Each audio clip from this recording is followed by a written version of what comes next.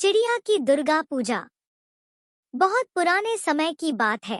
एक छोटे से गांव में जंगल फैला हुआ था। जंगल में बहुत सारी चिड़िया रहती थी। वहां की सबसे प्यारी और साहसी चिड़िया बीटू थी। उसका नाम सुनते ही सभी चिड़िया उसे देखने आती थी, क्योंकि उसका व्यवहार बहुत ही उत्तम और अनूठा था।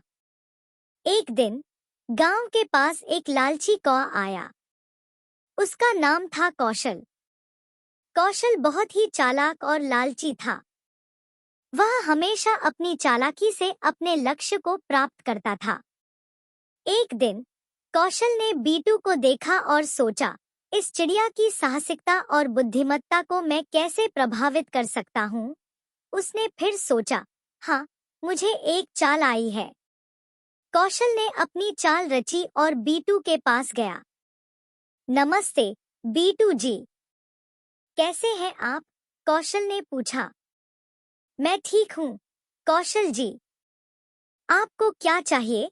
बीटू ने उत्तर दिया। आपको पता है, आज दुर्गा पूजा है। मैं सोच रहा था कि हम सभी मिलकर उसकी पूजा करें। कौशल ने बोला। बीटू ने खुशी से स्वीकार किया और दुर्गा पूजा के लिए तैयार हो गया। वह और कौशल ने मिलकर दुर्गा माँ को पूजा की और उन्होंने प्रार्थना की कि उनका जीवन सदा सुखमय और समृद्ध रहे। पूजा के बाद कौशल ने बीटू को बताया, बीटू जी, आपने आज सचमुच ही बड़ा अच्छा किया।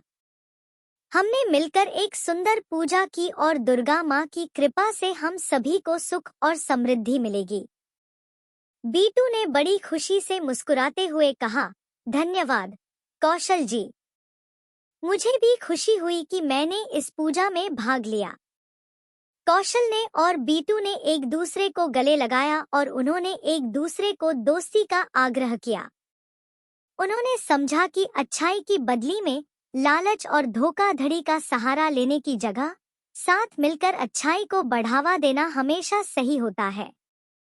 इस तरह कौशल की चाल से बीटू ने न केवल अपने आप को संयमित किया, बल्कि उसने भगवान की पूजा की और अच्छाई की ओर अपना पहला कदम बढ़ाया। कहानी का नया पार्ट। चिड़िया बीटू के यहाँ गई। अरे बीटू, मैं तुम्हें देखने आई हूँ। क्या हुआ गौरी, तुम यहाँ क्यों आए हो? बीटू ने पूछा। आपने अच्छी काम की थी बीटू। मैं नर्वस थी, लेकिन आपने सबको साथ मिलकर पूजा की और हमें एक नई आत्मा का अनुभव करने का मौका दिया। मैं आपको धन्यवाद देने आई हूँ, गौरी ने कहा।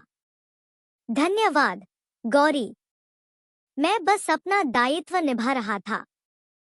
हम सभी को मिलकर प्रार्थना करना चाहिए, क्योंकि यह समर्थन और एकता को बढ़ावा देता है, बीटू ने उत्तर दिया। हाँ, आप सही कहते हैं बीटू। अच्छाई की जीत हमेशा होती है, गौरी ने कहा और उसने बीटू को गले लगाया। इस तरह गौरी और बीटू की मित्रता में एक नया आयाम जुड़ा और सभी ने मिलकर खुशियों का त्योहार मनाया। इस कहानी से हमें यह सीखने को मिलता है कि साझेदारी और अच्छाई हमेशा जीतती है। लालच और चालाकी की बजाय हमें साथ मिलकर अच्छा करना चाहिए, और भगवान की पूजा करने से हमें सुख और समृद्धि मिलती है। धन्यवाद। हमारे चैनल को सब्सक्राइब करना न भूलें।